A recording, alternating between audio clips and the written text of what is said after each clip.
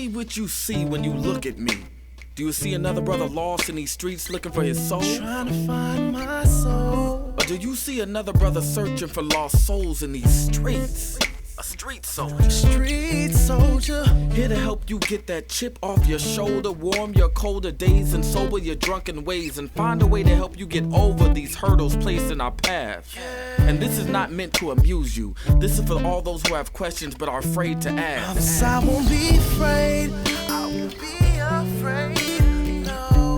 When times get hard, you lose your way. Open your mind and hear what I say. This is a message for the hard and the soft. To those who tune in weekly and to those who keep an eye out for 8 p.m. on Sundays and turn their radios off. The truth hurts. The cloth has been pulled. We're walking around half dead. Use this show as your IV. Alive and Free is a new movement. We've achieved self-destruction. A street soldier promotes self-improvement. Streets couldn't be no colder, so I gotta be a soldier. It shouldn't be this hard for me.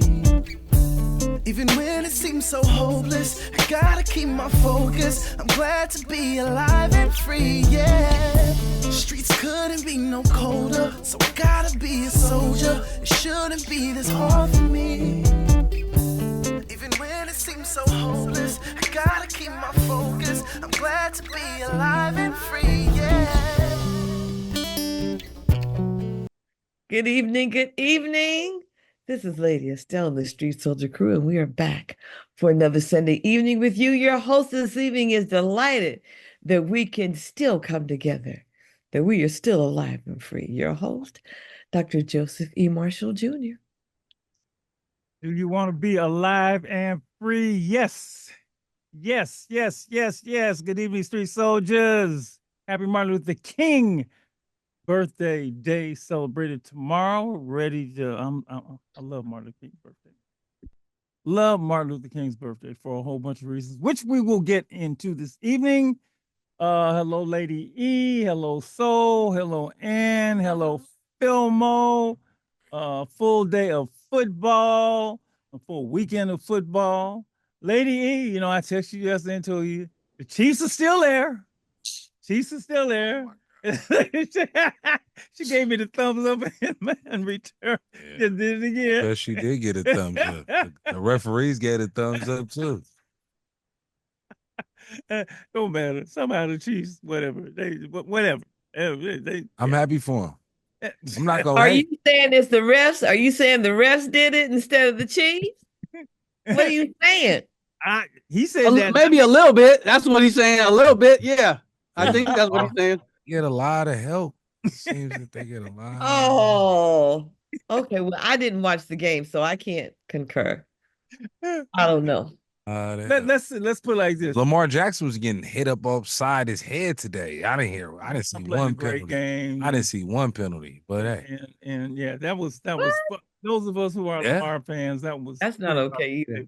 That was rough, but it's okay. You know, but let me shout out. Not now. Understand, I'm a Niner fan, but now the Niners out. Yeah, I gotta. Saquon Barkley is just amazing. I mean, that boy. I was screaming Saquon's name. I mean, 2 runs like that. Did you see the game? Yeah. No, Saquon. I hate the Eagles. Well, yeah, I hate a lot of teams. So I don't cheer for nobody. Sorry. Okay. Sorry Saquon, about that. I like Saquon. Saquon's a nice guy. Saquon is a beast. Chiefs. Shout out to the Chiefs. I'm not gonna hate on the Chiefs. They don't do no good. They win all the time, anyways. So we'll see. Right. It's on. It's gonna be on next week. Chiefs and the Bills, and Jaden Daniels and the Reds. Yeah, sorry, I forgot the Commanders. Right. Against the Eagles. 2 East teams. That's gonna be good. Your commentary, Mr. Football, sir. I'm hurting right now. You know, seeing Lamar lose like that. It just, it reminds everyone who plays sports knows this. When you lose in the playoffs and the season's over, I don't care if you're 4 years old or you're 54. Man, it hurts. Yes, it It does. just hurt. And I remember when we lost that game when I was at, what was it, high school or 8th grade in the championship. We still, it's funny. Yeah, We that's talk it. about that years later. We don't talk about the games we We won. lost that. Man, we went to the game. We was coaching. We was in it. We came back. We was ahead, and we lost. Didn't matter. Didn't matter what the other rest of the season was like. And we still talk about that to this day. Mm. We don't talk about all the games we won. You know what I mean? Because losing just hurts sometimes. And so, yeah, I was hurt for that, brother, today. I really was. Gotta be But that's reminded. that's Andrews sport. dropped the That's the ball, beauty right? of sports. Yeah. Andrews dropped the ball on a 2-point conversion that would have tied it. Sure-handed, Mr. Andrews. But okay, but it's fun though. It's fun. It's fun watching. It's fun. Plus, we got to, tomorrow morning. So I need as much distractions today as I can get to deal with, what's happening tomorrow. So So I ordered ordered me some Wingstop, had some Wingstop at the house, so I can watch the games. okay. I have much. You gotta have chicken wings. That sounds You gotta have good. chicken wings. It was What good. flavor did you get? Yeah, about 4 different flavors. I got Okay, a big, good. a That's the big way one to so do I it. can carry on for, I had to, I got tonight, I got tomorrow. Yeah, I got the I don't Bone know in what or bone out? I'm boneless. I'm Okay. not. I like boneless. Get more Okay. meat. I like it. It was. It's the big pack. You might 20. be judged. You might be judged. Yeah. It was good though. Well, what flavors did Oh, well, what I like. you get? Lemon pepper? Do you I love lemon garlic? pepper. Yeah, I love the original. Then I tried a couple I haven't tried before. I had a Garlic lot- parmesan? And I didn't do the garlic. I don't remember. It was all good though. Because I tried a couple of new ones. But you gotta have wings in football. Yeah, You know what I yeah. mean? All right. Oh, I okay. like that. All right, happy Martin Luther King birthday, everybody. Happy we're going to do our regular Dr. King show. But first, we got to get into the news. Yes. And let's do the news. We're going to be joined by some guests in the second hour to have a in-depth conversation about the life and legacy of Martin Luther King Jr. And I got a treat for everybody listening the first hour after the That's news. exciting. So get ready to call in because I got something for you. Okay. I might even let Mike participate. Okay. I might let Fillmore participate. All right. I might. Yes, sir. Well, my Okay. first bit of news is What's up? I'm not on mute. Is Antoine and Eden won the chili cook-off at our church this morning. Oh, I love Your that. son-in-law and your granddaughter. Just That's right. Oh, They for had the 9 audience, contestants. the relationship. They came in first place. They that's did? awesome. The chili cook-off. That's pretty cool. That's very cool. Lady, I want you to give them a very important message from their cousin over here in the Bay Area. I will pay good money for some chili in a Tupperware shipped to my house overnight. And I stand by those words, okay? All right, well, All right. So- If they can so figure how- that out somehow. work it out, huh? How old is Eden now? 10. So how much of the cooking did she do? Well, now, see, now I'm going to let you ask her that question. Okay. And she tilts her head and said, yes, I help. Oh, well, now I think you won the chili cook-off. Now that I'm thinking about it, as I'm reading between the lines. Did you win? No, that's Oh. that's all Dad and her. Antoine I and said her- Eden. Yeah. Okay. Her dad. Yep. Because I know you would win in your sleep. That ain't nothing, but okay. Congratulations. to Thank dad you. and daughter. All right, let's get into the news. I got a couple, and first, let's just say, with all gratitude, that Israel and Hamas have agreed to a ceasefire, a deal to pause fighting in Gaza. Been a long time coming. Don't know how long it's gonna last. Pray. Doc, I think there were hostages who were released and returned home today. Is that right? Yeah, some hostages I mean- have been released. Thank Incredible for them. and Forget about thank everything you. else, just Thank those people. Wow. To go Yeah. home. nothing more valuable than an individual's life. That's the way we roll here, and we stop the violence, folks. So we'll see. We will see. Just thank you so much. Rudy Giuliani. Ooh, I see. Here's how much I dislike somebody. I can't even say their name right. Okay. All right. He has settled with the Georgia women whom he defamed. The sister, it was a mother and a daughter, I think. Yeah. Who he Mother and a defamed. daughter, I thought. Who the won a election. $148 million defamation judgment against him for him lying No, so the defamation is just another word for lying. He just lied on them women, okay? And it's over, it's done. He gets to keep his house and his jewelry, and I don't know how much money they getting, but they better have gotten a whole lot. Yeah. You know, and he said, "I'm glad it's over. You should never do nothing like that to nobody." Kiss. All right, I'm not gonna say it. All right, let me leave it alone. All right. What else I got here? So you sent some. Look, okay, the story to me that blew my mind today, I was not expecting to see. The great Marcus Garvey was pardoned today by Joe Biden. Did anybody hear about that quietly? I didn't even know that was even in consideration. I didn't even know what was he pardoned? Oh, I didn't hear The- about that. Tax evasion. Remember they got him on tax evasion. Back in Or- 1920, what? Something like that? Yes, something like that. Yes. I don't know all the particulars, but I thought it was tax evasion. Anyway, today he was pardoned. That The last day he pardoned. Go ahead, brother. Marcus. I was Garvey. like, is this a different Marcus Garvey? I had to look twice, you know. Mike is like, whatever. Okay. I feel you, Mike. I feel you on that. Roosevelt would have did that. I'll Yeah, take yes. it. I'll take it. I mean, you know, here it is more than a century after Maud Frail conviction, mail fraud, Maud Frail. Oh, mail fraud. That's what it was, not tax evasion. Yeah, mail fraud. Marcus Garvey gets a presidential pardon. All right. Okay. Because he was deported after that too, and yeah. Wow. Marcus Garvey. Wow. Take it. All right. That's Wow. right. And Great Marcus Garvey. there is backlash over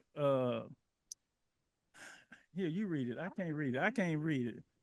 You read it, Malcolm. I can't read it. Oh, I don't have it in front of me, but you know, I can But- paraphrase. People performing Mhm. at the thing. I Presidential events, Like the inauguration the events. crypto ball. Yeah, No, there you It was go. a crypto ball. Yeah, them performing. Yeah, I mean it was a crypto ball. I don't care. What if you're going to support crypto? I'm talking about these people performing. Yeah, okay? they perform. Yeah. Okay. Well, Master two different shows. Master Call and the minstrel show was on. That's I mean, Master Call. they're supporting the country though. Master Call I mean, on the plantation. Master I understand where you're coming from, but at the end of the day, Say where I'm coming from. I don't. Maybe I don't. No, But- that's how it works. I understand. We need to be entertained. Understand both sides. Ain't no both sides. I'm joking. Don't put it. Master Call that said entertain us. That's how they did it on the plantation. You know, they call and the minstrel show is gonna show up. That's the way In it is. Snoop's defense, Snoop is one of the people you're talking about. He performed at the event. He had worked with the Biden. I mean, with I think the Trump administration to get someone released from prison, someone that he knew. Maybe he felt like this was he was doing someone did something for him. He was doing something back for them. I don't know what it was, but yeah, a lot of people didn't like it. But whatever. Like Mike said, hey, they're Americans and they get free to do what they want. Master Call and the minstrel show is on. I mean, That's me. Okay. Okay. That's There was the a way lot I that see it. happened in music this week. Roseanne Barr put out a rap song. Oh, that's not important. But no, yeah, Brady. but it's news. But it's something that I thought was kind of sweet. Mattel put out the Princess of R&B doll of Aaliyah in a memory of her, and it's her birthday. And I just thought that was beautiful. I did see that. That was pretty cool. Rest in peace, Aaliyah. $55 online, and eBay's already reselling it for $180. So I was like, wow. So just in case you wanted one, might just get a picture. So yeah, but I love that. I grew up with Aaliyah. Oh yeah. Yeah. Let's do one more. Civil rights activists have called for action as ironically, the King holiday falls on the same day as Lady E as the inauguration. All right. So civil rights activists plan to take a different oath just a few blocks away from the White House. They will remember Martin Luther King Jr., whose federal holiday named in honor that day happens to fall on the same day as, I'm not going to follow it, okay? Everything that Dr. King stood for, I don't say his name, has clearly stated he wants to dislodge.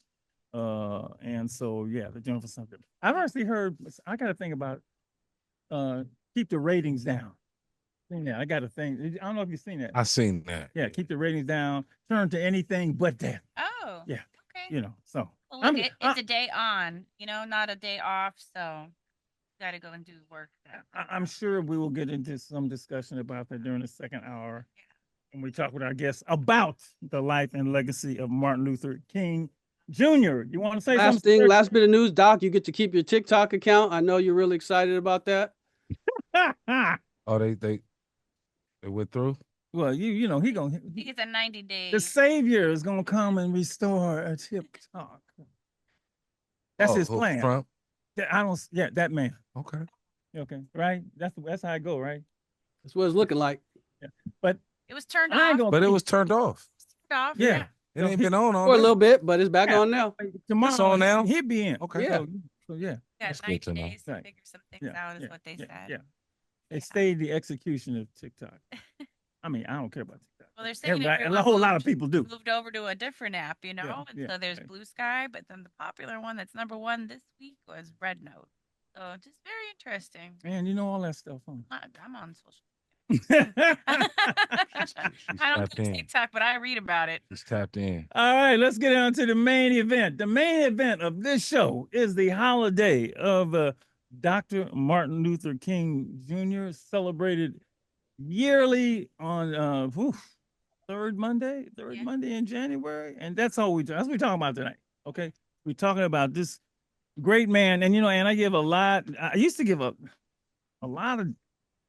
They ain't called me lately, but for a while I was giving a Martin Luther King Day speech Oh yeah. every year. I mean, I did one in Berkeley, I did one in South Bend, Indiana, I've done one at different high schools. I even did one in Abuja, Lagos. And I always begin the speech by saying, Martin Luther King, what a man, what a man, what a mighty good man. And I don't want people to, number one, forget him. I don't want people to take him for granted. I don't want people to forget the civil rights movement. I don't want people to forget the freedom riders. I don't want to forget because they weren't there and it wasn't their time to get the incredible sacrifices that were made so that they can do what they do today. So I know what we do with our young people when Dr. King's birthday comes up. We educate. Right now we're showing Lady E, we're showing Citizen King, and they're spending 2 weeks on Martin Luther King Jr. And we're going to be showing, as in Black History Month, the Freedom Riders, because they are the beneficiaries of all their their life and death, their sacrifice. And so I got some planned for the listeners tonight in this first hour. So that you won't forget, I want to reward you. Okay, but let me first welcome to the show, Jonathan Greenberg. Jonathan, good to see you, my brother. So good to be here, my friends. Mrs. Stelz, always a joy to see you. Thank you. Dr. Jonathan. Marshall, hi, Malcolm. You're gonna be spending the rest of the show with us, and especially during the second hour where you're going to be joined by three others. I guess it's four others. Four others, yeah. We're going to have an in-depth conversation about the life and legacy of Dr. King.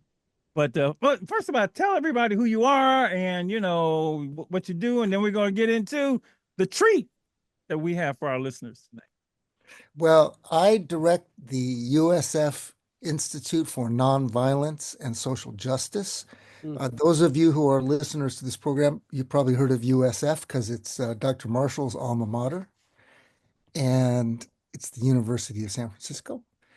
And I had the great honor to be the co-founder of our institute with a dear friend of Dr. Marshall, Dr. Clarence B. Jones. And you probably know, if you've had a chance to hear him on this show, Dr. Jones was lawyer and strategic advisor and draft speechwriter and close friend of Martin Luther King Jr. from 1960 until Dr. King was killed in Memphis on April 4th, 1968. You should tell all that because it's part of my questions. Okay, you're revealing answers already. Oh, Just want to introduce yourself, okay? Because I got to scratch that off my list. But all right. the people have short memories, and maybe they didn't hear you. Okay, maybe they Glad didn't for get. you to join us, Jonathan. And you can verify any answers that we have that are not correct because you are our king expert. Okay.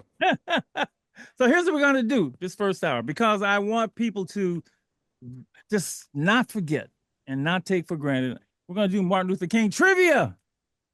Martin Luther King trivia. And I'm going to throw out a question.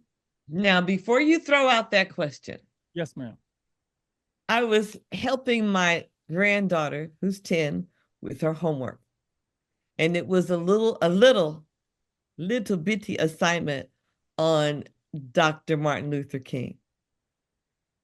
And I looked at it and I read it and I thought, okay. So I opened up my cell phone, went to the article, Dr. King's biography that we use in class. Yeah. And I had her read it.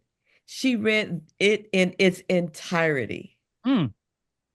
Okay. And you know that article. And you know, I got it right here. Its entirety. Wow. And as she was reading, her jaw dropped like, oh my goodness. Wow. What she got in school was so little. Yep. It was so little. Mm. And then reading what I gave her, she was so amazed. And then I added a little anecdote telling her when our school didn't pull the flag down half-mast after the assassination, our school did what Martin Luther King taught. She looked at me. That was a test. Wow. She said, "You mean you boycotted?" Mm. Yes, we did. Marched right down to City Hall where my mother was standing in the window. Any rate, it's so important that everyone remembers all the books he read, all the things, all the times he went to jail, all the. Don't share that information. But my little girl found it out. Because she had a teacher who understands the value and doesn't want this man and to be taken for granted. Thank you, Lady E. Thank you, Lady E. Thank you, A.D. Lee. So when I give the number, and I'm going to get right now, 877-955-1061, 877-955-1061. I'm going to give a Martin Luther King trivia question. Of course, you can use whatever means necessary to get me the right answer. Give us a call. I will reward you with this book, my favorite Dr. King book, Strength to Love, Strength to Love, Strength to Love. It is absolutely magnificent. It is a collection of his sermons, and we're gonna get you the book. Okay, we're gonna send it to you, and we'll send it to you because we know we don't want you to forget. So here we go. We'll see if anybody is listening. Anybody called? Anybody values Dr. King? 877-955-1061. That's the right number, right? Yeah. Here's the first question.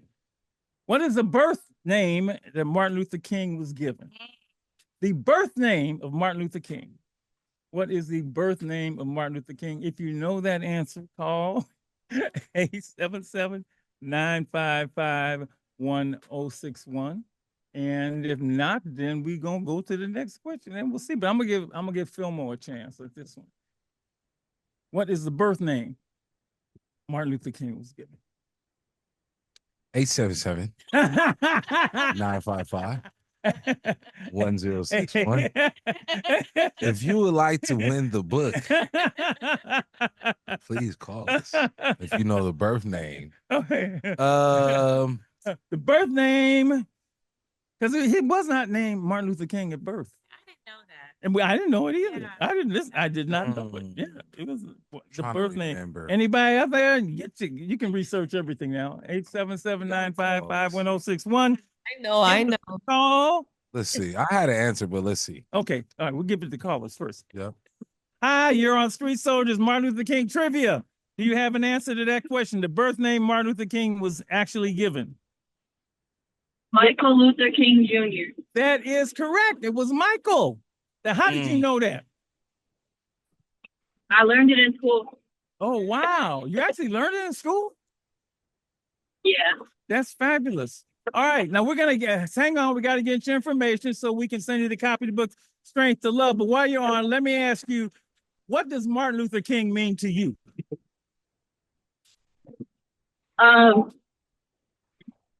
He's a role model for me. In what way?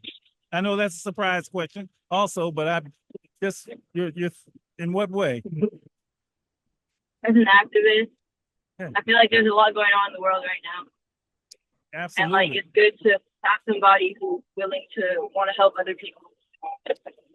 Thank you. Thank you. One other thing, go on Netflix and watch the movie The 688, okay? And if you don't know what it's about, watch it. I guarantee you love it. SIX triple TRIPLE 888. She got it is Michael. It is Michael. And I found out a little bit more about that lady. I got so many notes here. It's crazy. About why his name was it was Michael and was changed to Martin because and you might know this, Jonathan. Apparently, his father was interested in Martin Luther or something like that. I'll figure it out. Let me get this. I got to do more questions. All right, next question. Thank you very much. I didn't get the name. Did you get a name? Okay, we'll get a name. Okay. All right. His grandfather. Yes. Grandfather is Martin, so he was given that name as well. Okay, the next thing is let me see what was the let's see, how old was Dr. Martin Luther King when he graduated from high school? How old was Dr. Martin Luther King when he graduated from high school? 877-955-1061 Martin Luther King trivia. Do you know this one? How old was he when he graduated from high school? Go right ahead. Yeah, he was 16. Say that again. I want to make sure you said the right number. I said he was 16. I'm trying to think, was he 15 or 16? I can't remember. You get one. You only get one choice. All right. He was super dope. So he did it when he was 15. That is correct. 15 years old. She got it. She did a last minute Google search. Love by Martin Luther King Jr. and say, what does Dr. King mean to you? What's your name, by the way? This is Ronica. Oh, nice. Thank you. Thank you for calling and doing this. What does Dr. King mean to you? He does mean everything. I appreciate the last caller who said he's a role model and activist. I'm an activist, right? A lot of people don't talk about the Kingonomics that he talked about, the economic policies. And so that's what I'm for. I'm for making sure that Black people do get equal pay in the workplace. I'm for making sure that, that we do get the right type of jobs and we get senior leadership positions. And so that's the kind of activism that I do. So that's what he means.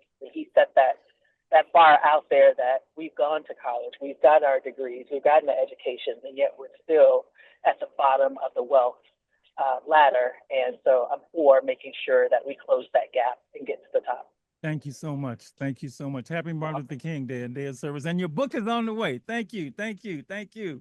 Appreciate that. 877-955-1061. I'm going to give the question. I'm going to give you a chance. This should be easy. This should be easy. Even Fillmore going to get this one. What's that? Where did he get his undergraduate degree? Morehouse. Huh? Morehouse. Morehouse College. Get that boy a book. It is correct. Fillmore got the book. You can't have my book. But however, we'll get Morehouse College. How old? How old was he? Yeah, it's not counting. I'm just messing with you because you're here. Was he 18? Add 15 to 4 more years. 19? 19 years old. That is correct. All right. You hear that, Ann? Fillmore got a book. Good. All right, now let's get a little deeper here. All right. He became the pastor of what church in Alabama? And in what city? Now you got to get double. I don't mean you get 2 books. Okay. 877-955-1061. Dr. King became the pastor of what church in Alabama? And in what city in Alabama? I'll give you a little time to do your research on this. I think I'll throw 2 questions out. Hello? Yes. Are you there? Who's calling? Hi, my name is Coach. All right. You got answers for this one? And for He Dr. was at Dexter Avenue Baptist? That Yes. is correct. Wow. Oh, girl, yeah. I'm sorry. I get excited. Now, So I know you guys were talking about. and in what city? And in what city? Listening in. Hold on. And in what city is Dexter Avenue Baptist located? It's in Montgomery. Oh, you got it. You got it. You got it. You getting the book and get the information. You're going to get a copy of my favorite Dr. King book, Strength to Love. What does Dr. King mean to you? Thank you so much for calling. Dr. King means everything to me. We literally just had an event here in San Francisco today to kind of not only honor the legacy of Dr. King, but also to honor what he means to our youth. So being able to have them engage outside, engage in the community, not only become community activists, but also community role models, and being able to, as in what the youth say, stand on business for the community. Yeah, it's on. You know, I like to say he was an ordinary man who did extraordinary things. You know, we tend to think of these people as superhuman, but he answered the call, and a lot of us don't answer the call. And even when sometimes, you know, when the Creator puts it in front of us, but he answered the call. I was just about to say that even when we receive the call, sometimes we don't answer it. Right. And that's the worst thing you can do, because you don't answer when. Yeah, but he did. And wow, we're all the better for it. Thank you so much. Thank you so much. We're going to get you the book. Absolutely. And I'm sure it was a great event today. Thank Hey, you. Dr. Marshall, can I ask you a trivia question? No. Okay. Yeah. Yes, please. Save it for the second hour. No, okay? no. Hey, No, I want to ask him a trivia question. right now. Book already. Nah. Ask it right now, Mr. Greenberg. Right now. All right. Okay. So it's about Morehouse College, which we already discussed. There's a famous individual in San Francisco who was a student at Morehouse College, and he was Martin Luther King's student in a seminar at Morehouse College. Who am I referring to? So if I say this name, I'm sure you're going to say Amos Brown. That's it. That's the guy. Oh, wow. Yeah, you got it. You got it. Baptist Amos Brown? Huh? Yeah, he was. Amos Brown. Yeah. Yeah, he was Dr. King's student at Morehouse. And the thing is, Amos will let you know it, but that's a whole other story. I bet he would. Oh, he will. I'll try and keep my book then, or I'm gonna get another one. All right. How long? And this is a good one. Here's the next one: 877-955-1061. Dr. Martin Luther King trivia. Let's see. How long did the bus boycott last? How many days did the bus boycott last? That's a tricky one.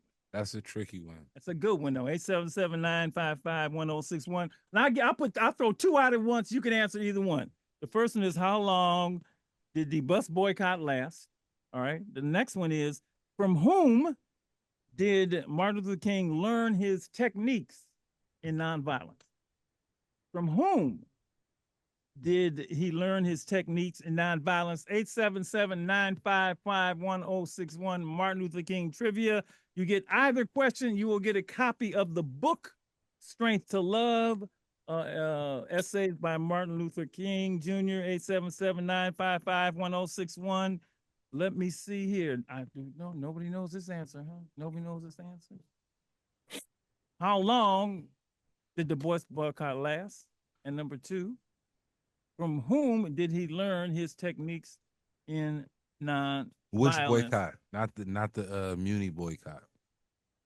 Yeah, not the AC Transit. The Montgomery bus boycott. I'm sorry, I should have said that. The Montgomery bus. It's a Muni boycott. You got happy because you got a question right. Okay. No. I know, right? I did. 877-90. We got it. Okay. Let's 95. Or you can ask from whom did he learn his techniques in nonviolence? Hello, caller. Tell me who you are and which question do you want to answer? We missed him. Oh, we missed him? Yeah. You missed your book? You better call back. Okay. You better call back. All right. I'm going to throw a third one out there. All right. Let's see. I'm going to give him three questions. How old was he when he won the Nobel Peace Prize? At what age did he win the Nobel Peace Prize? So y'all got a choice of 3 questions out there. What age was Martin Luther King? When you want to know, we got to call it. Got to call All it. right, caller, go for it. Which one you want to answer? So I want to answer the nonviolence question, Okay. and I'll say Gandhi. Mahatma Gandhi. That is actually correct. Mahatma Yeah. Gandhi. You know, I always say when I do that, it's important who your teacher is. Yeah. To see, I Yeah. think the most remarkable thing about Martin Luther King, and Jonathan, we're going to get into this in our second hour, is he really believed in nonviolence. Mm, And I don't know nobody that really believes that's true. in nonviolence, because from the time you raised, if he hits you, hit him back. Mhm. So it depends, caller, who your teacher is, because my teachers didn't teach me nothing about no nonviolence. What does Dr. King mean to you? Oh my God, it's just everything. He's someone who we tribute him to fighting for the rights of African Americans, but really he fought for the collective. He fought for equality for everyone. And, Yes, he and did. when I see other minority groups, especially here in the Bay Area, I just hope and pray that they know the reason that they're here, the reason that they have the opportunity to be here is for the work that Martin and all of those who were there with him in the struggle and the lives and the sweat and the tears, all of what we paid forward for them to get here along with us and for everyone to be equal and share in the promise of America. Yeah, and it's so easy to take it for granted, you know, because Yeah. when you don't grow up in those conditions, when you don't have, you know, elders that tell you about that, you know, when you don't have Yeah. grandparents and parents and whoever in your family that can tell you, look, it wasn't always like this, you know. You Yeah. just take it until it's gone. Now, when it's gone, you'll be like, you know, you mean it was like this before? So yeah, I thank you so much. That's why this holiday is so important to me, because we have to keep it on our memories, because if they gave it to you, Amen. they can take it away. Amen. Amen. Thank you. We got a book for you. Thank you so much. Thank you. All right. Thank you. Got it. 877-955-1061. We had 2 other questions out there. We had, what do we have? How long did the Montgomery bus boycott last? And the second one was, at what age did Dr. King win the Nobel Peace Prize? And I'll throw in, he was the youngest ever at that time to win the Nobel Peace Prize. 877-955-1061. Lady, while people are calling, Lady E, I don't know if she, but remember she said, you boycott? People walk. You know that, man. Yeah. They walk. They literally walk Sacrifice was for great. a long time. Let me just say that. I almost said with how long it was. Don't say it. Don't I say it. almost said. Don't do that. Don't do that. 877-955-1061. But you know, we convenience people. You know, ain't nobody gonna get out and walk if you can take the bus. What they did was what was remarkable, that they came together. Yes. They had carpools. Yes. They had their own taxi services. Yes. And things of that nature. And that's one of the things that I think that people need to get back to, is kind of like mobilizing. Yes. And just coming back to the grassroots level. Absolutely. Because, you know, it can be beneficial for everybody. Preach, brother. Preach, brother. Is that your Dr. King coming out? Dr. King, Malcolm Marshall. 779551061. We're giving away the book, Martin Luther King Jr.'s Strength to Love. If you can answer one of those questions, how long did the Montgomery bus boycott last? And at what age did Dr. King win the Nobel Prize for Peace? Okay. All right, y'all, you better jump in here and get this book. 877-955. We're only going to do this for about 10 more minutes, so y'all better get in and get this book. And, of course, I'm also going to ask you what Dr. King means to you. Oh, while we're waiting, let me ask you something. I love when you in on the show, man. I really do, man, because you're valuable. What does he mean to you? While we are waiting, 877-955-1061. What does he mean to you? Oh, man. Hold on. We got a call? We got someone to answer that question?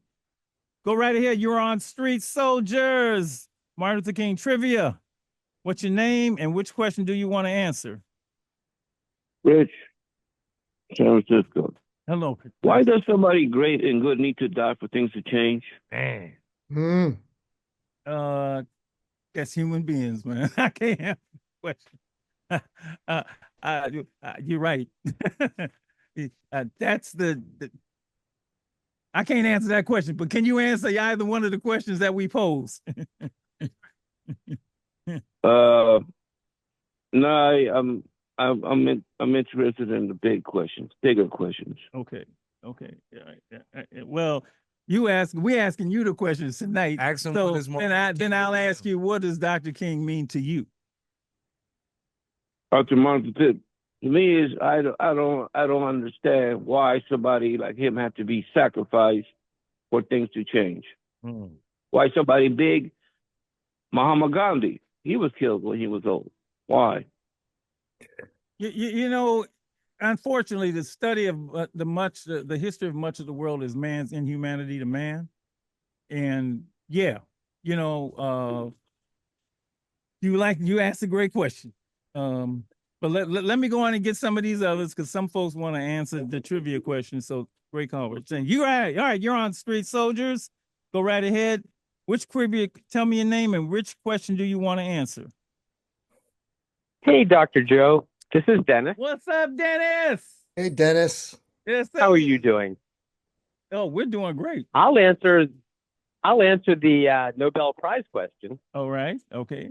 All right. How old was he when he received the Nobel Peace Prize? Well, it was 4 years before he died, and he was 39. So I would say he was 35. You are absolutely correct, sir. He was 35 years old. He was the youngest person to receive the Nobel Peace Prize.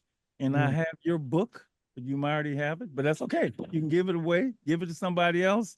Dennis, thanks for joining us. You see, I got Jonathan. The second hour, he's going to be involved in some wonderful conversation about Martin Luther King Jr. What does Dr. King mean to you?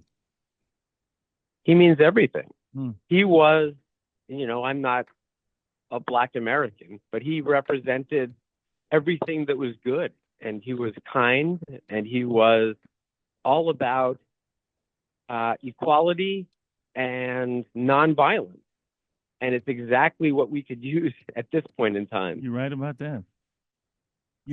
I did a thing years ago on the air, Dennis, and I said, I just did this thing, who was the greatest American? And, people called in and say who the greatest American was. And at the, the usual, I call them the usual people were listed: George Washington, Abraham Lincoln, and then of course I said, well, no, they couldn't be great to me because they was, one was a slaveholder. I had to do all that. To me, Dr. King was as great an American as ever was because he really believed in America when America did not believe in him. He believed in the Declaration of Independence. He believed in that. And, he put his life on the line for it. Those others didn't. So I just think he's at the top of the list of being the greatest American ever if you rank people. But yeah, I got it, man. So thanks, I want to say, Well, briefly, Dennis. Oh, go There's ahead. no question during my lifetime that's number one. Yeah. And I just don't know how somebody can do that for a country that turned its back on him and didn't appreciate him. And there's nothing that. You remember that? Called him a communist. Yeah. Tracked him. I mean, wiretapped him, and eventually assassinated him just because he wanted America to be America. Yeah. So, communist wasn't probably in the top 5 worst things they called it. That's yeah. right.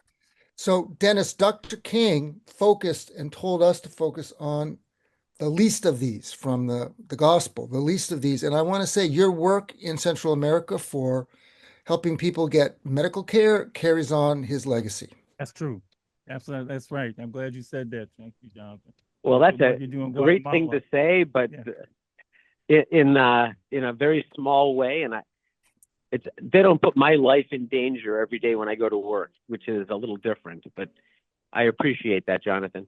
You know what I always urge people to do, Jonathan and Dennis, is find the king in you. Mm-hmm. Because, we always say, lady, we teach the kids, if you want things to change, change begins with you. Change begins with you, right? So King wanted things to change. You wanted things to change. You wanted something to happen down there. I know I wanted things to change, you know, with the young people I work with. And that begins with you. Answer the call. Thank you so much, my man. You know, I'm going to see you soon. All right. And your book is on the way. Tell your daughter and your wife I said hi. Okay. 877-955-1061. We're giving away the book Strength to Love. It is Martin Luther King trivia. And the last, what question do we have out there? And okay, nobody has gotten the question of how long the Montgomery bus boycott lasted. Let's see. I'm not going to name a speech other than the I Have a Dream speech. Name a speech. Name a speech. Name a famous King speech. Well, it might not be famous if you don't know it, because that's the only one they ever do. Other than the I Have a Dream speech. And actually, the one I'm thinking is his most powerful speech. But name one. Name one. 877-955-1064. Martin Luther King trivia. Hello, how turn down your radio, please. Please turn down. Hello. How you doing? How you doing? Happy Martin Luther King Day. What you got? Which question you want? Which one you want to answer? The one that he was 15 when he graduated. We did that one. We did that one. Oh, okay. You did that one? Well, let me see. Can you answer one of these?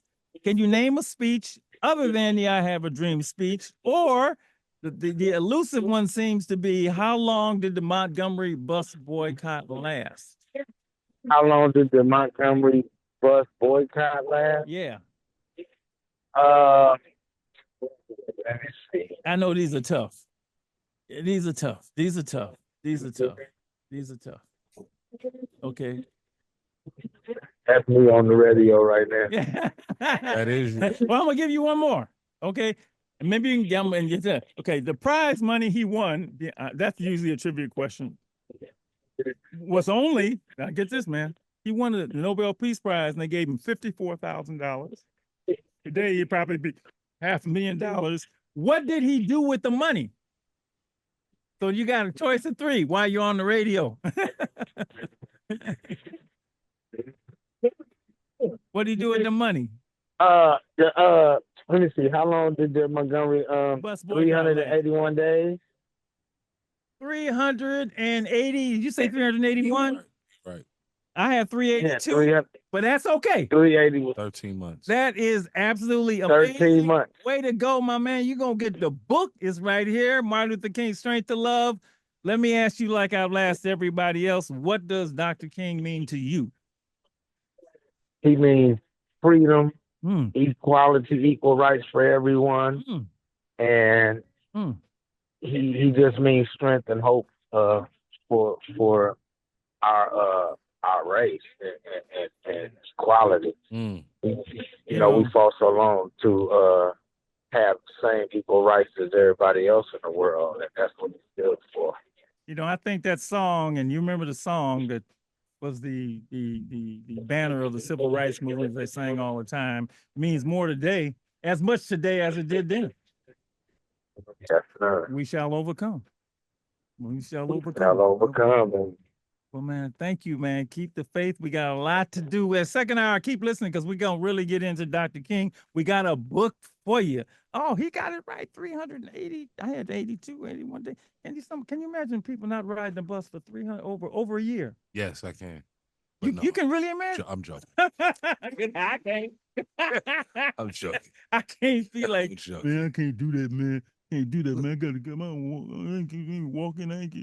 All right, let's see. Let me get one more. We can get one more in here. One more in. All right, one more in. I'm looking.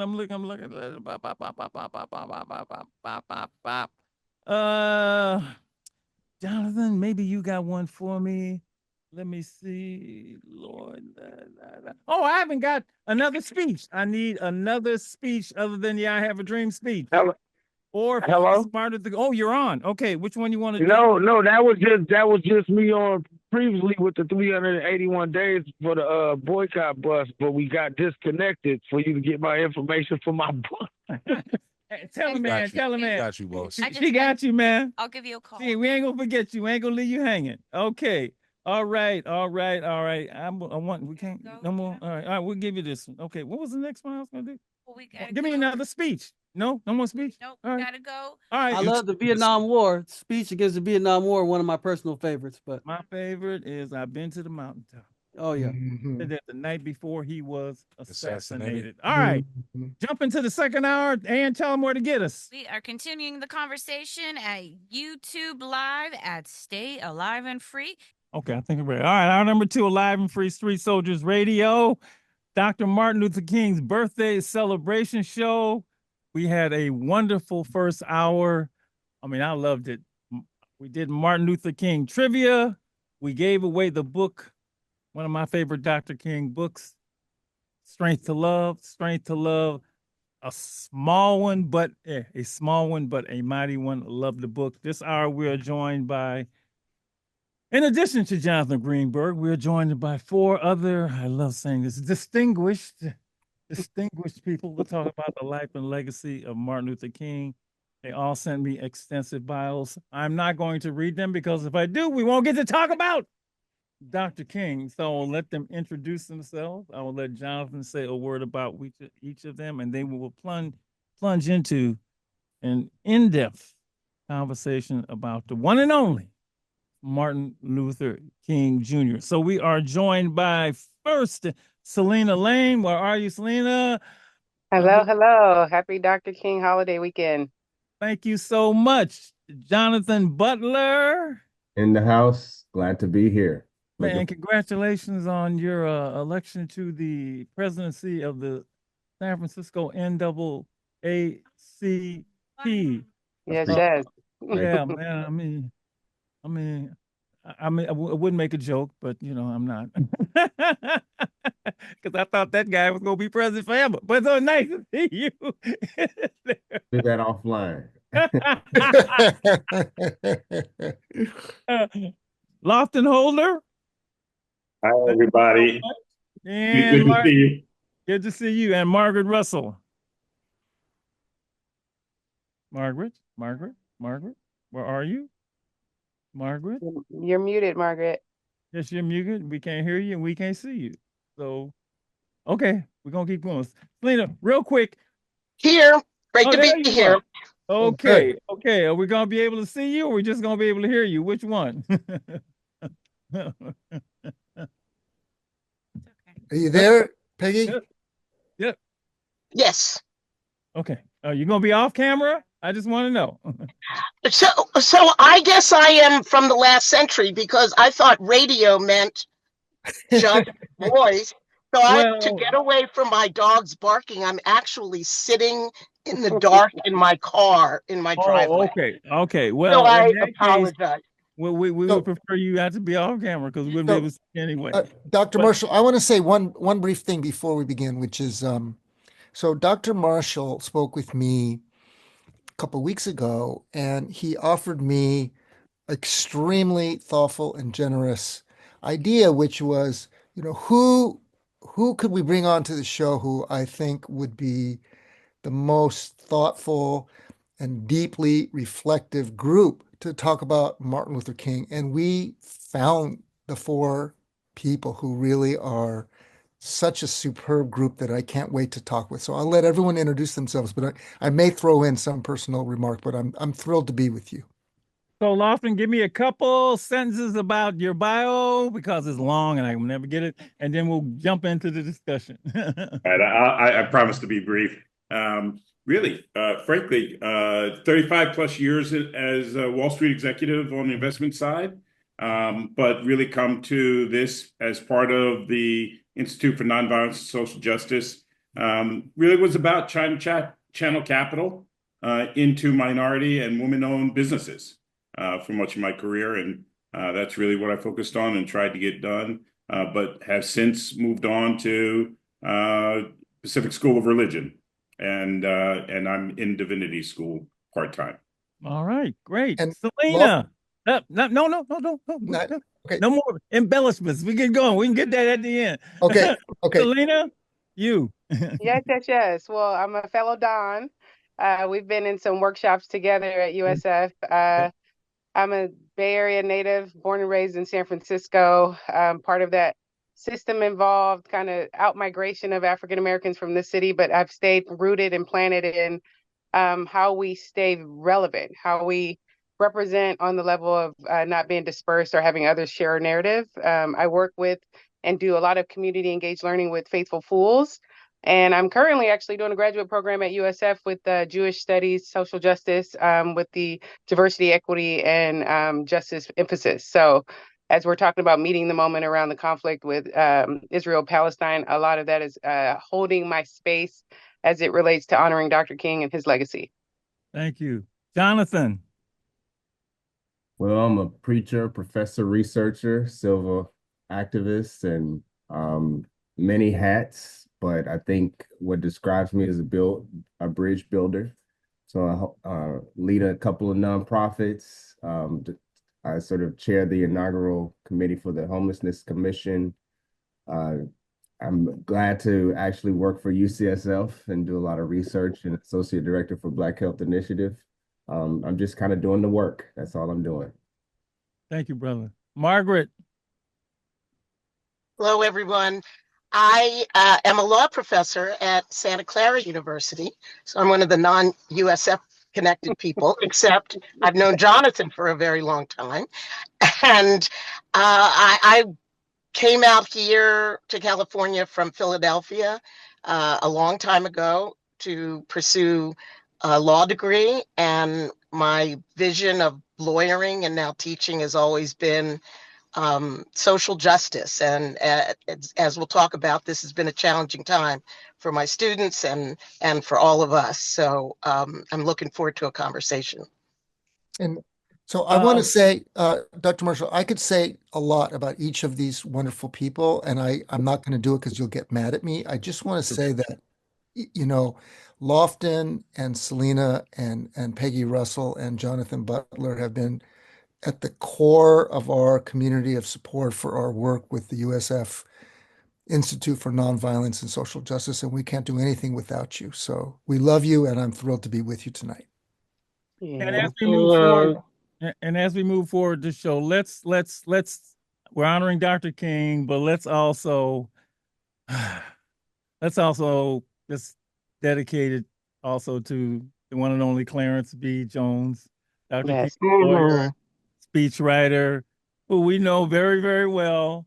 He might be the last, you know, I think he and Andrew Young are the last remaining two from Dr. King's inner circle. Yes, that's right. Last of the Lions, that's the book. Last of the Lions, that is correct. Thank you, Steve. Last of the Lions. And we've had him on the show many times, and the kids at the club still can't believe that you know him. I mean, you know, yes, we do. So we're gonna, you know, just keep him, because then anytime we tell a story of the letter from the Birmingham jail, and you know how it was smuggled out on tissue paper by Clarence Jones, because he's the only one that could visit him because he was his lawyer. The kids said, "Wow, I didn't know that." In fact, one of the reasons we did this, I do this trivia thing with the callers the first hour, is because obviously they don't know that. And I do not want Dr. King, the civil rights workers, the freedom riders, any of those folks to be taken for granted. I do not want us to forget them.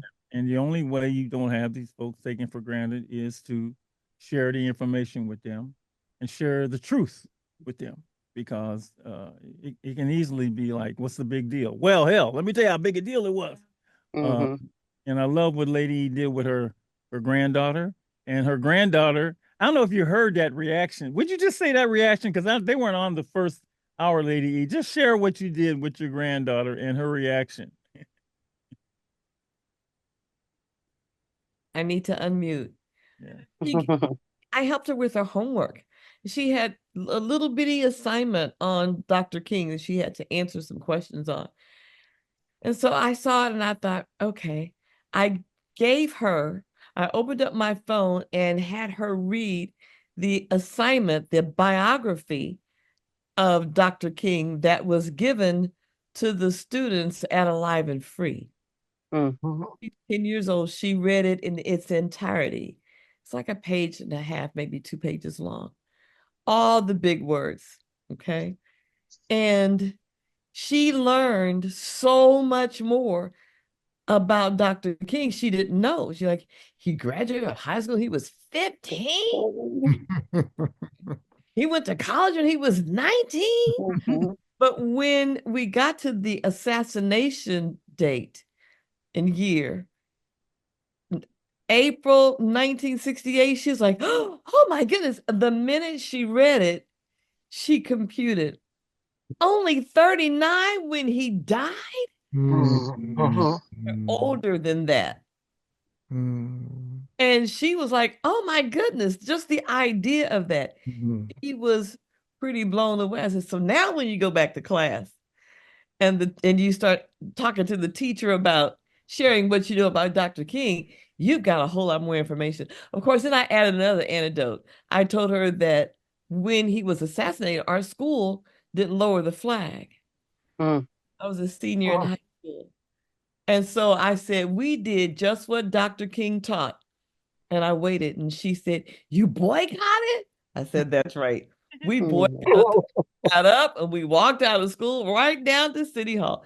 Anyway, it was quite a lesson. It made Dr. King more than just a homework assignment. And that's what's important. And he is more than just a homework assignment.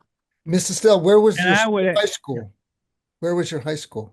My high school was Kansas City, Kansas, Wyandotte High School. We had over how many kids? 600, I said 600, over 600 students. Wow. And in my graduating class, over 600 in my graduating class. And of that class, there were 100 in the school that were African American. Over half of them got up and walked out and walked down Main Street to see where my mother worked and was standing in the window. You know, she spotted me, right? Wonderful. Wonderful. Others do. What age is your granddaughter? I'm sorry? What age is your granddaughter? She's 10. She's 10. Fabulous. And more than I would add more than the only thing a lot of people know about Martin Luther King is I have a dream. Not even the speech, the I have a dream words. There is so much more to him. And let's just start with, first of all, people don't even know, how hard it was to get this holiday. I mean, they fought against this holiday like there was, like they fought against the Emancipation Proclamation or Juneteenth or anything else, right? And I'm not going to history of that. We all know that finally, and I don't even know to this day, maybe John, has every state, I know it's a federal holiday, but is every state finally said, it's, I don't know if Arizona was the last holdout. Arizona's always holding out with everything. So I don't know if it is, but officially it is the third Monday and it's a good thing we got this holiday, because I don't think people, it gives us a chance every year to put this remarkable man and all those who are with him front and center. So let's go around the room. What does he mean to you? And then we'll get into more. So Laughlin, if I just ask you, what does Dr. King mean to you? What are you going to say? Oh, frankly, he's hope. He's future. He's the past and the present. I really started my journey, frankly, not too much.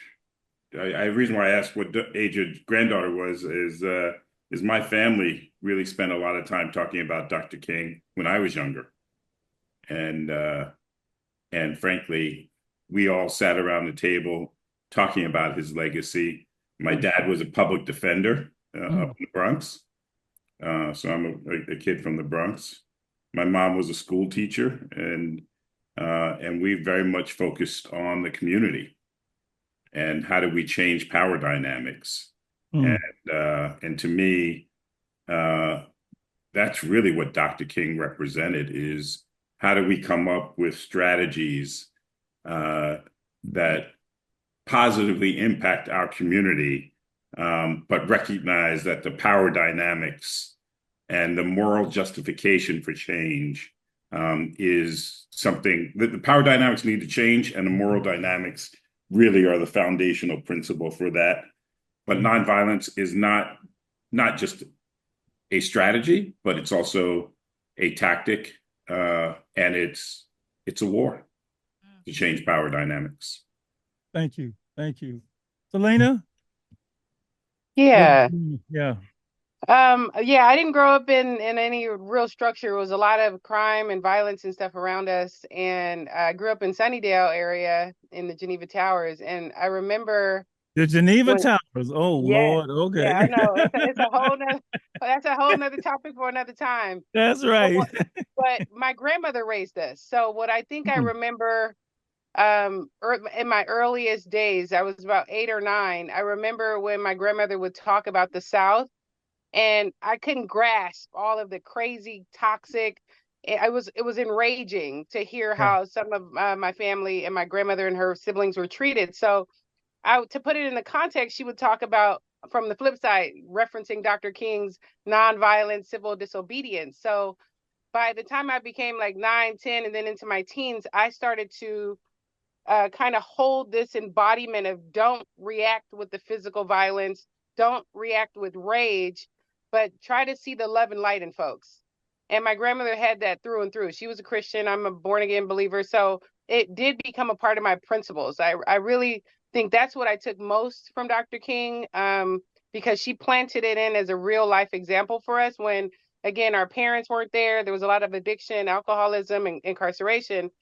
I was able to have a positive male figure manifest through the words that my grandmother gave around Dr. King's life and legacy. Thank you. Jonathan? It's hard to answer. No. We'll go to Butler. JB. Butler. Say JB. Reverend Butler. Reverend Butler. Reverend Butler. Certainly. I like how this conversation started out with really the young lady, learning about MLK at a young age. I think when I think about MLK, a couple of things come to mind. First is he's a Black Baptist preacher, and not only that, that he's a Black Baptist preacher with a PhD in systematic theology. That is correct. Which for me, it means that he really comes to this world of activism with head and heart. That he's not only focusing on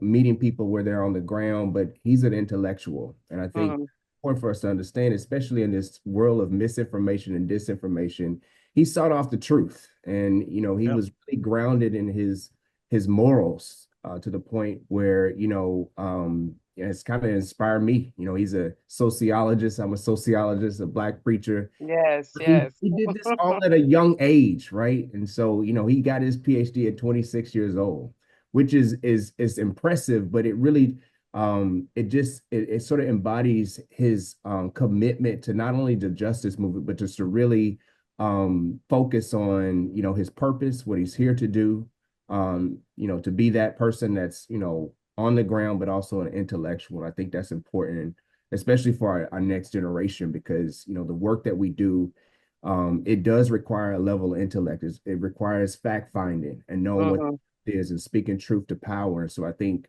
when I think about him and his legacy, the hope for me, at least, is to make sure that I sort of shape the next generation of young minds and making sure that they understand not only their history, but kind of go deeper. Like, Martin Luther King knew, all of the classics, philosophers, and he could just sort of just spit those out because he was he was certainly grounded in his knowledge. And so I appreciate that about him. Thank you. Margaret? Yes, I was just thinking about being 10 years old, like your granddaughter. And I was 10 when Dr. King was assassinated, and people tend to have memories, specific memories of very earth-shattering events. And the memory that I have is that it was the first time I'd seen adults walking around, didn't even know each other, crying. And I still can see that in my mind's eye. I might have been kind of late coming to learning more about King. And I think of him in terms of really the whole civil rights movement and all the other leaders, and what it meant to be living in a time in which so many groups were actively engaged, sometimes with each other, sometimes in friction with each other, for a dream. And that dream is still before us. So this particular weekend and the date of Inauguration Day, it's almost a historical moment to me. It's a challenge on King Holiday to do something different. We'll get into that as we move forward. Okay. Lot you can say about that. Thank you. A couple of things real quick for me, and then Lady and Jonathan want to say something. Oh, I'll say this. I always say that King was the greatest combination of a speaker and doer that I've ever seen. You know, obviously I love Malcolm. My son is named Malcolm. He was obviously a great speaker. I never heard Frederick Douglass speak, and I'm sure he was a great orator and a doer. But Dr. King, you know, he did it and he spoke it. And, you know, it's just amazing to me that the combination in that particular individual, both what his oratory and his actual doing. I mean, he was, you know, and I was telling the kids the class the other day, a lot of people who are in that position who accept the calling, and, you know, he was 26 years old. When they get in something like that, they say, well, you stay in the back because we want you to be protected, right? Oh, Dr. King was out front. He was leading the march. And, you know, there's so many things that are just remarkable about him. This will date me, but I don't care because I'm a child of civil rights movement. That's how I was born.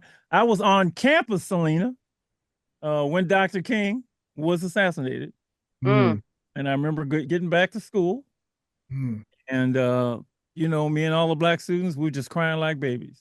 And we were, can I say pissed? Okay, we were angry because, like, you know, because, you know, I'm, you know, I mean, I got the time of Malcolm and Martin and Edgar and Stokely, and, you know, I mean, you gonna kill a man? This man wouldn't hurt a fly. I mean, I was like, oh, hell no, you know, and that was the moment that our students and my fellow students and I decided that we were gonna start our BSU, our Black Student Union, at the University of San Francisco. And we did the following fall. And I actually became the first president of BSU.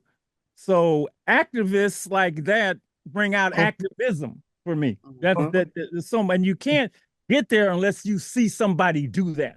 And I was very fortunate, you know, to grow up at a time when people, that's what they did. It was all about us. You know, it was all about it wasn't no me. It was us. Even on campus, it was us. And you know, he is one of those people, and I was lucky to learn about a whole bunch of others that came before him that was, you know, passed the baton on. So yeah, he means obviously a lot to me. Lady E, your thoughts, and then we'll go to Jonathan, and then I want to ask you another question.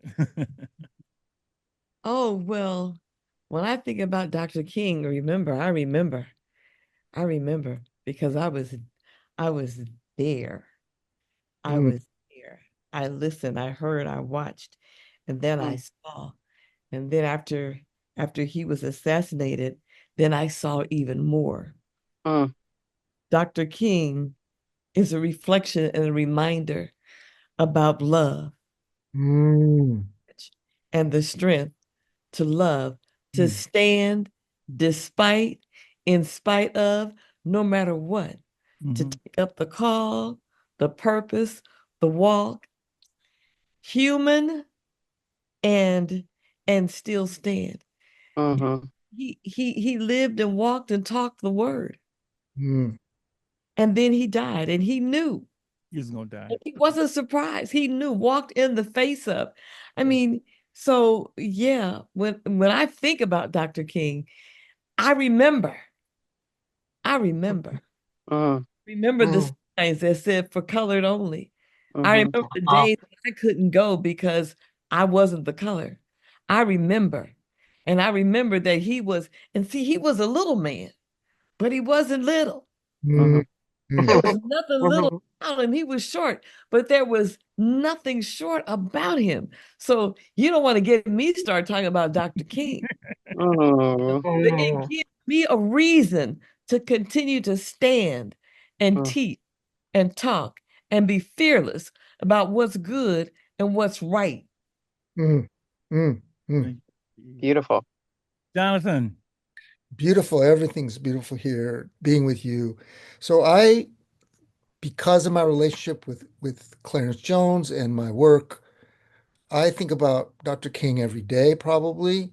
I always turn to him for reflection on whatever problems we're facing as a nation and a world. And I go to his writings and think about what he wrote. I want to mention one idea and one question. The idea is nonviolence that he got from Gandhi. Gandhi called it satyagraha, which means standing firm to truth. If it's true, you're going to stick with it. You're not going to abandon it because that's human dignity. But he translated it as soul force, or as Mrs. Stell was saying, the power of love. And the question is, as Dr. Marshall mentioned for his mountaintop speech the night before he died, he went down to Memphis, Tennessee, even though everybody, including Clarence, told him it's too dangerous to go there. But in that speech, the night before he was killed, he referred to the Good Samaritan story because, like Reverend Butler said, he was a gospel preacher, and he said the Jericho road was a dangerous road. People were worried about what happened if they went out to help somebody on the road. They might get killed. They might get robbed. And Dr. King said that's the wrong question. The question is, what's going to happen to the sanitation workers if we don't come to help them? So I think that question sticks with me too. There are so many remarkable King quotes, and that we actually, Lady E has a thing where we actually we cut them up and we give them out to the kids and we make them read them, and because all they know is I have a dream, right? And they don't know the rest, and they are just blown away by the things that this man said, along with what he did. But we'll get to those because I want to ask you your favorite quote, of course. But in my reflection of Dr. King, I still think this man really believed in nonviolence. I think the most remarkable thing of him, that he really believed in nonviolence. And I said this earlier on the show, don't nobody I know really believe in not fighting back. Not really. It may not be the first option, the second option, the third option, but at some point, man, you hit me enough time, and most of us are raised. I know I was raised, I'm from South Central Los Angeles, right? You from the tower, right? Right. Hit him back. It was the first option. It wasn't even a second. They didn't tell me call a teacher, call home. They said if he hits you, hit him back. Hit him back. That's right. This man was like, no, we ain't doing that. We ain't doing that. And I love showing the young people, eyes on the prize and all of them and all of that, and watching them in the face of this massive, what they call, the most massive disrespect you could have, everybody use that word disrespect. And the man did not fight back. And, obviously there was something going on with him that wasn't going on with like 99% of the people that I know. That's just your thoughts about that, because the history, the world is like violence is the way, if you, and let me just say another thing. When I talk about why there's so much, there's so much violence. one of the things I say is we're taught that violence is a way to solve our problems. Right. So if you got a problem, you're going to use violence. You don't like the way the election goes, so you just go and storm the Capitol, right? That's a way. He really did not believe that violence was the way to solve the problem. And to me, I'm still amazed by that. Your thoughts about that?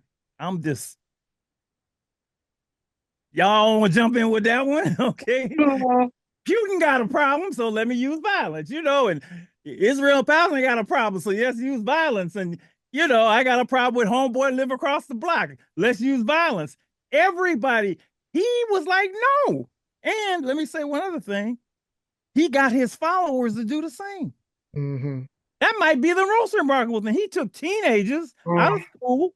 He got people that went down there with him and they say, no, we not going to do it, which is why I couldn't have been there because I know I probably would have messed it up for everybody, out of honoring him, but just that thing to me, and Jonathan, the spiritual thing, I don't know what it was, but him being able to do that is maybe maybe the most, and it worked. Let me just say that. What are your thoughts about that? I mean, I think you named it when you talked about the faith, because what was happening in the times, and again, this had already spanned it. We're talking about the Jim Crow and segregated South, and we had already seen how after many promises and many attempts, there was so much injustice. There was just so much racial tension and just downright terror. And I think being rooted in that faith and really having a family and a strength of faith that what was going on before and trying to do the violent thing, that wasn't working. You had to try something new. And again, we already had the opposition with the Malcolms. We already know that there were other forms of opposition and folks rebelling and arming themselves and trying it the other way. And we needed another example that would actually cross the line. And, the book talks about a time and a season for everything in Ecclesiastics, but we know that we needed someone who'd be able to sit in front of a JFK or sit in front of a court, a judge, and have an articulate framework, to Jonathan Butler's reference about that articulation, using his head and his heart instead of trying to use that muscle and that aggression and that anger, because that wasn't getting us far. As a people, we had already been down that rabbit hole and suffered time and time again. Any other thoughts on that? Lofton? I agree, because when I think about it, I think about the practicality of the power dynamic that existed at the time. And frankly, even today, if we had stormed the White House, I think it would have been a very different... We'd be dead. We'd be dead. That's right. You know that, I know that, and they know that. That's right. And so I think there's a practical aspect to it as well, right? Given the power dynamics. And what Dr. King intellectualized was this is frankly the only long-term solution to our problem, and knew, by the way, that it was a war and that there would be casualties in it. Right. Right. There were going to be injuries. There were going to be deaths. There were going to be, but we still had to, from a tactical perspective, in order to win that war and bring other people over to our cause to change that balance of power, we had to take the moral high ground. Amazing. Anybody else? Margaret, Jonathan? Yeah, I agree with Jonathan.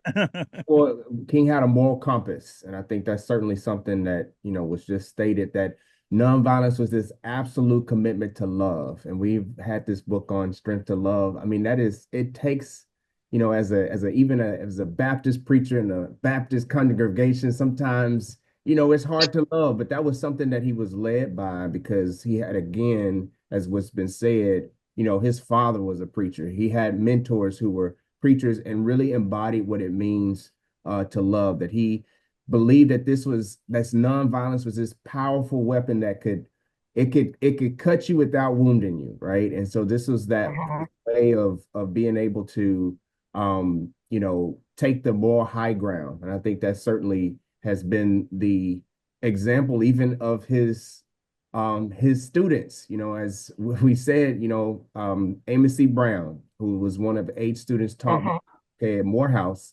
as much as he, comes at you a little bit hard, you know. A little bit.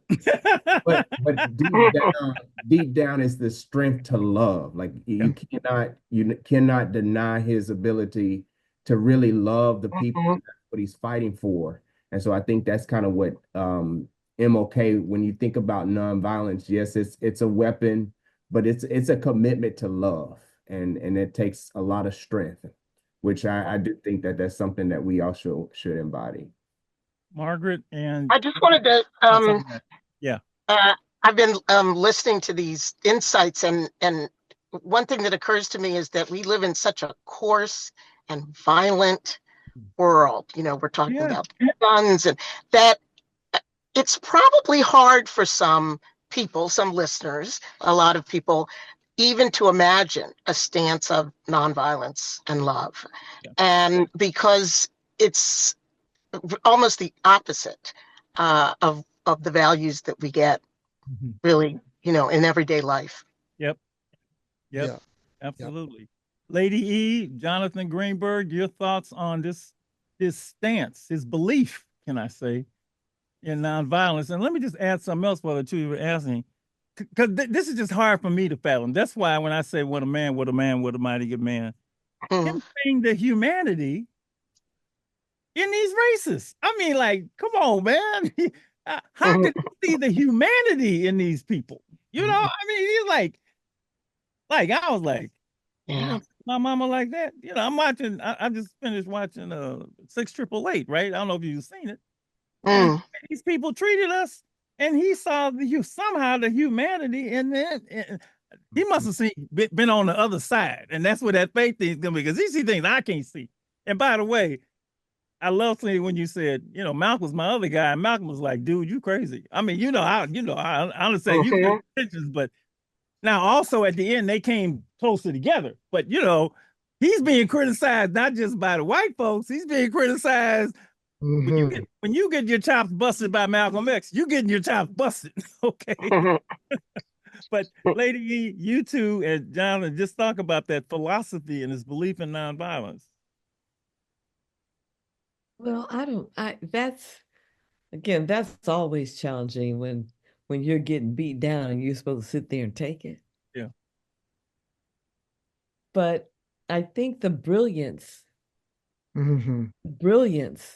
in recognizing the power of nonviolence turns on the light so the world can see what's really going on. And Dr. King was definitely brilliant. So I want to say two quick stories. The first is that our friend Clarence Jones, he didn't believe in this nonviolent stuff. No, and he didn't. Dr. King said, "I love you, but I don't want you anywhere near my protest march because you're gonna." And Clarence said, "You know, I'm gonna knock to the ground the first guy gets in my way." I said, "Yeah, that's why I don't want you to be near me," you know. But Clarence was converted because of Dr. King's brilliance, but also Clarence was converted because he realized that violence is a gift to the adversary. That's what they want you to do, because then they can destroy you. So he saw it from a pragmatic point of view. And then the other thing I want to say is that the Nobel Prize speech, King says we got a lot of problems, but all of those problems, and this goes to what Jonathan Butler was saying about his philosophical approach. He said all of those problems can be framed by one problem, which I think is the most deep problem that humanity faces, which is that our moral development lags far behind our technology development, development of violence and war. And so he said the issue of nonviolence, it's not a question between violence or nonviolence. It's a question of nonviolence or non-existence. Yeah. He believed that. And I believe it too. Gandhi's words, and I use King a lot with just people I teach, young people and adults. Gandhi's words, an eye for an eye makes the whole world blind, is absolutely true. You know, it's absolutely true. It doesn't work, right? And which is why I have little faith in humanity. And I always say, you know, when I saw the end of the original Planet of the Apes, that's what's going to happen. Because these people ain't figured out yet that violence don't work for anybody. your money ain't gonna save you when the button is pushed, okay? And you got an issue. But the other, let me say, the other interesting thing about him is working with gang members, drug dealers. I mean, dudes, like, every time I use him, they don't say he was weak. Mhm. They don't say he was a punk. They don't say he was a sucker. You know how we are. They like, that was a bad dude, man. That man had courage off the chain. And it's incredible that when I saw these dudes whose first, second, third, and fourth response has been violence, which has landed them in a joint for 25. You know, they think this man is like, they don't call him no name. The regard, I don't use the word respect because that word is confusing for me. The regard that they have for a man who didn't fight back and actually changed history is something that I can use for them. Would you really want to change, man? How's that working for you? So I gotta have somebody. I gotta have a polished apple, right? I can use for individuals to show them, maybe your way really ain't the best way, because they hit you, they gonna hit back. So he was just remarkable. It's just unbelievable when it came. Well, y'all have delved into that question for me because I've really been wanting to. Go ahead, Jonathan. I have to say something that everybody knows, which is that Dr. Marshall and Miss Estelle, with your students, you every day are operationalizing this philosophy of nonviolence for young people. It's deep, and you're dedicated to it. So it's an incredible gift. We are a violence prevention organization, right? That's my thing, is stop the violence in a very violent world that everybody believes that is the way to solve their problems. You got a problem, handle it. That's the way the folks out grow up with learn. If I can get them to put that way, way down in their options, like number 5 or maybe number 10, maybe by the time they get to number 4 and using something different, they won't have to go to number 10, because I know that it's not going to be good for anybody. One thing, I'm sure you know this, but Dr. King and Gandhi said, if you have to choose between cowardice and violence, what do you choose? He said violence, but you never have to choose that. But he's framed it that way. Except these folks don't look at King as a coward. They think he's brave. Saying that you can be courageous without violence. Yeah.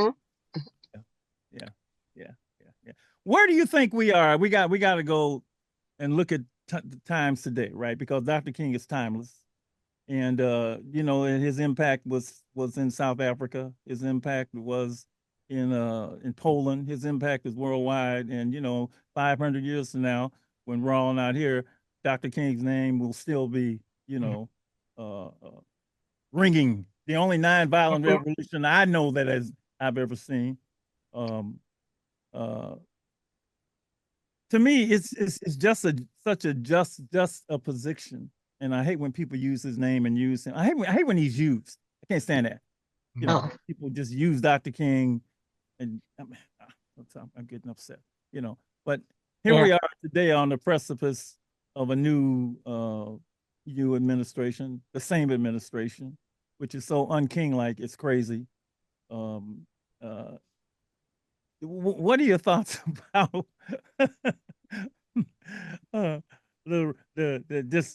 this? I don't say the man's name. I ain't looking at the inauguration. I don't do none of that, because like everybody knows I'm an ABT guy.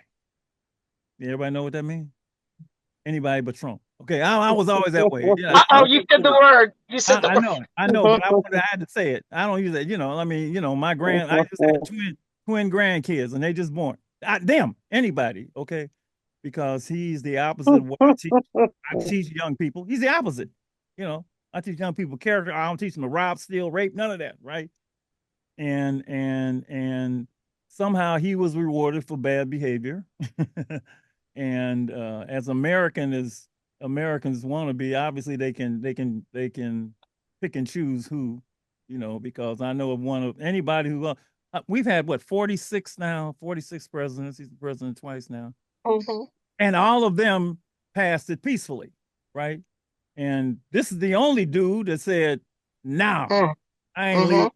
And if I don't win, ain't nobody else win." And somehow America, they changed it for him, right? You know, so it's so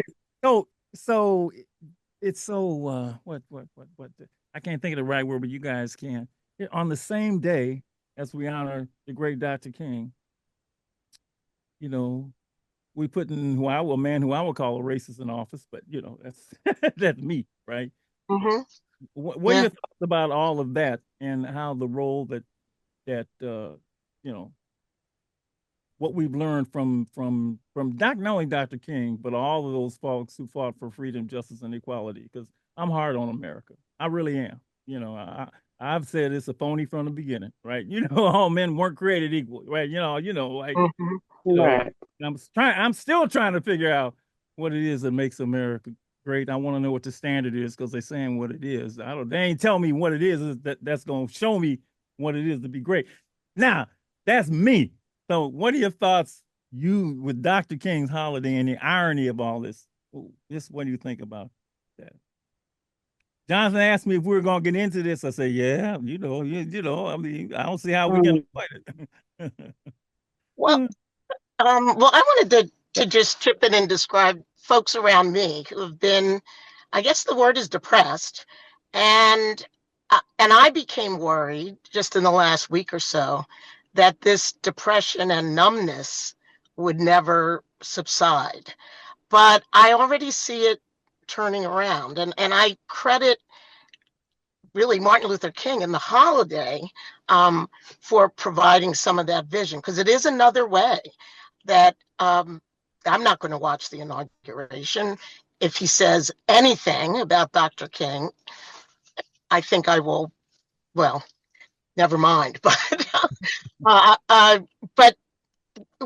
we can wake up tomorrow morning on the inauguration day and think we have a vision of where we want to go as people. It doesn't have to be this day of gloom and doom because it's the inauguration. And I am very critical of Trump. So I hope people will wake up tomorrow morning with that feeling in mind. That's still King's Day. Anybody else? Your thoughts? I mean, I think we know, again, when we've said it time and time again on this call, and we know it from his legacy, is that he's rooted in a faith that's greater than himself. And we know that that's the other end of the spectrum when we think about who's leading, how our country showed up November 5th. When folks are internalizing and thinking of self-preservation, that's not the legacy of King. When we talk about King's walk and we talk about his legacy that you say will live beyond even us, it's because he wasn't thinking about himself. And you can, if you read any of Coretta Scott King's work, you'll be like, she kept telling him to stay his butt in the house and take care of them kids. But he kept, for the sake, he sacrificed himself. And I think he had a hunger and thirst for righteousness. And it was, again, fighting for equality, fighting for something that would be sustained overall, voting rights. When we're talking about access to, you know, education and homes and really just our basic human rights, King was greater than the movement. He was a man who was about creating and lasting change. And we see that today, capitalism is king. We talk about the mighty dollar. We're talking about branding and likes and followers and all these other things. And that's just so contradictory to what we talk about when we talk about building legacy. We want something that will sustain all of us and something that's collectively going to enrich and sustain community. And I don't think we see that in the leadership of today. I'll jump in here and say that King is from a line of kings and queens from Africa that have been their identity, and were packed into slave dungeons and taken across the Atlantic on ships. And these were those who actually were resilient people who chose to live for us to even be here and for King to even be there. And so you know, when we think about this moment, we've been here before, but we know that we are also resilient people. We've been through enslavement, through the abolition movement, through Reconstruction, Jim Crow, civil rights, you name it. And then, you know, King, he wrote this book, you know, where do we go from here? Chaos and community. And so we have a path that we can choose. It's chaos, which marks the divisiveness that's happened, the selfish pursuits that overshadow, you know, all forms of unity. You know, it's the lies, it's the misinformation, or we can go down the path of community, right? Where this is the hope that King gave us, that our ancestors have given us. And so, you know, when I think about this moment, this is actually our moment to stand in it, right? To stand up, to fight, to continue, because we come from a line of ancestors that, again, they chose to live for us to be here in this moment. And we can't be mediocre. We can't sit on our laurels. We have to actually fight. And we have to do it in a way, again, that's also like King, nonviolence, but in a way that's strategic, and we got to be collaborative. And so I think I'm taking in this moment as inspiration to actually get us all together and galvanize us and work together so that we can, you know, make things happen. Yeah, Reverend Butler, if I remember correctly in that book, one of the things that Dr. King said, he said every few years, and maybe even said like 4 or 5 years, there's going to be a pushback. Yeah. It's going to be a pushback because they never really wanted to give it to you in the first place, right? You know, you understand. It's like, no, begrudgingly, you know, begrudgingly. And my son likes when I say this, America never gave us anything. We had to fight, scrap, and die for everything we got. All right. So this whole thing is, you know, we gave, no, you didn't give us nothing, right?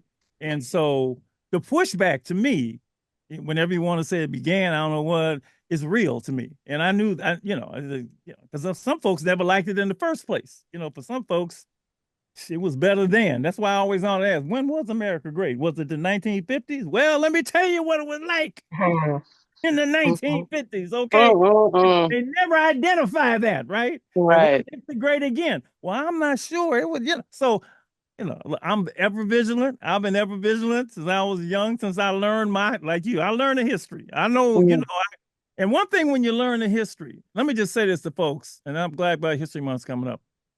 When you learn it and you see it coming, you know you've seen it before.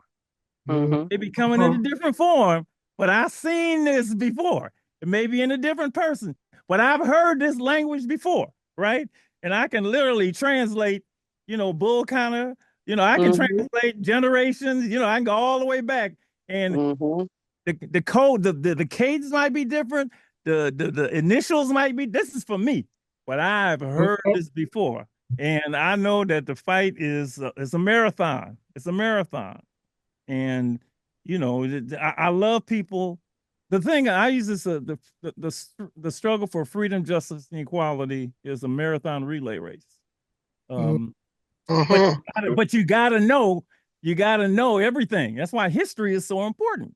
Because if you don't know, you know, it'll slap you in the face. And I didn't, you know, you don't know what this is. You got to know what it is. Anybody else? The visual, Dr. Butler, just to follow up on the visual that I use, right, is I think of that pendulum, and if justice is moving that, you know, the pendulum swings back and forth. Yeah. Right. Yeah. But the focal point of the pendulum, to your point about our ancestors, I think is moving towards justice in that beloved community. Now, it may not be moving at the pace we'd like, and it still has those backswings, right? But overall, I have hope that we're moving in the right direction, and that community that you talked about, and I use the word beloved community, I think, that ties us not only to our ancestors, but to our children today and our children's children in the future. Yes. That's what I think about it. Yes, yes. And it's that we've got to keep going on. Yeah. So, and that gives me hope. Yes. And fuel. Any other thoughts on this? I want to go back to something that Reverend Butler said, because over time, I I see Dr. King, and it's interesting, Dr. Marshall, that you gave people strength to love, because that's his book of sermons. Mm-hmm. And I think yeah, he was the greatest civil rights leader. Yeah, of course. But that's not how he saw himself. He saw himself as a minister of the gospel. Mm-hmm. That's the core. And if you look at some of his sermons, I'm really struck by a series of sermons he gave in 1953, before he was a civil rights leader, before the bus boycott and everything. He gave 3 sermons, and it relates to what Selena was saying. It was about the false gods that we Americans worship. Okay. One of them is the false god of money. The other is the false god of technology. Yeah. And the third, the false god of nationalism. And he condemned the worship of those things. And he said, especially with nationalism, he condemned so-called Christian nationalism as heresy and idolatry. He said, you can be a Christian or you can be a nationalist, but you cannot be a Christian nationalist. Dr. King said that. Those 3 sermons in 1953 speak so poignantly to the moment that we're in American history right now, because we've gone so far off track, and there's the worship of these false gods.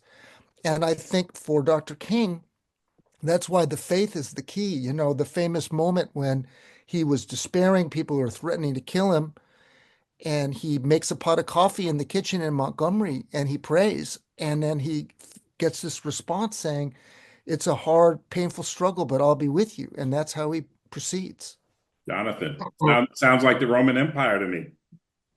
Okay. Yeah. Well, because this stuff is all about power, domination, and control. And King wasn't into about power, domination, and control. He was not into that. He was into humanity. Let's all live, right? Right. This is about power, domination, and control. And they're 2 complete opposites. And John, I got the book right here. I love the book, and when I read this, A Knock at Midnight is one of my favorite little sermons that he gave, and he talks about only the church and everything that you said about technology and all of that. And we're gonna need somebody like, not just him. For me, I draw on all of them. I mean, I go back to look, I'm back in the village. Okay, I'm back. I'm back in the early African village. I'm there. I'm back at a place where you can't kill an enemy, right? You can try, but you're just gonna create another enemy, which is why early African societies lived instead of died, and they weren't into power. But we're gonna have to draw on all of this, because to me, it's all about trying to turn back the clock. And for those of us who lived it, I ain't going back. Y'all can send a copy of this tonight to anybody, right? And let them know I want to make the enemies list. All right. I want to be on the list. That's the King and me. I ain't going backwards. No. I ain't going back. But I can only speak for Dr. Joseph Marshall Jr. I can't speak for nobody else. I'm with you. Yeah. Boy, this hour is going great. Anything else you want to go? We're over time. Your favorite King quote. I'm going to give you some. Can you think of one that just drives you? I got to list them that we give to the young people. Your favorite and Dr. King quote. Well, I cannot. I mean, maybe you can recall the whole sentence, but the image that always stays with me is of being connected like a tapestry. I think that's so beautiful. I was going to read that. We are caught up in an inescapable network of mutuality, tied in a single garment of destiny. Yes. There is the sentence before that and after that, and it says, injustice anywhere is a threat to justice everywhere. We are caught in an network of mutuality, tied in a single garment of destiny. Whatever affects one directly affects all indirectly. Yes. Anybody else? You got one? I got one. Because I'm in healthcare, of all the forms of equality and justice and health is the most shocking and humane. It sticks with me every time I do my work. I got one too at this Riverside Church on April 4th, 1967. He spoke out against the Vietnam War, and he's called Beyond Vietnam. He said, "We as a nation must undergo a radical revolution of values. We must rapidly begin the shift from a thing-oriented society to a person-oriented society when machines and computers, profit motives and property rights are considered more important than people. The giant triplets of racism, extreme materialism, and militarism are incapable of being conquered." Since we gave them out, I have a list. I'm going to read 4 that are powerful for me. In the end, we remember not the words of our enemies, but the silence of our friends. I love that. Freedom, and people don't necessarily associate with this with Dr. King, but he said freedom is never voluntarily given by the oppressor. It must be demanded by the oppressed, which is similar to what Frederick Douglass said when he was speaking at one point. Let's see. The ultimate, and then this is might be my, perhaps the worst sin in life is knowing right and not doing it. And probably my favorite, the ultimate measure of a man is not where he stands in moments of comfort and convenience, where he stands at times of challenge and controversy. Nothing worthwhile is easy. Your ability to overcome unfavorable situations will provide you with time to demonstrate your true strength and determination for success. Always set your standards high. Your great achievements lie within the infinite feats you achieve in your life. Being uncomfortable can bring out the best in you. You can embrace it. So a lot of us are uncomfortable now, but it can bring out the best in all of us. Thank you so much, all of you. Oh my God, what you going for tomorrow? Yes. Dr. Martin Luther King Day tomorrow. Celebrate with service, and we ain't going back. Going back. I appreciate all of you, Jonathan. Thanks for gathering this wonderful group together, and we'll see each other soon. I feel like he was with us tonight. Oh yeah. Oh. Thank you, everybody. Good night, everybody. Happy Martin Luther King birthday. Night. Thank you. Yes. Night.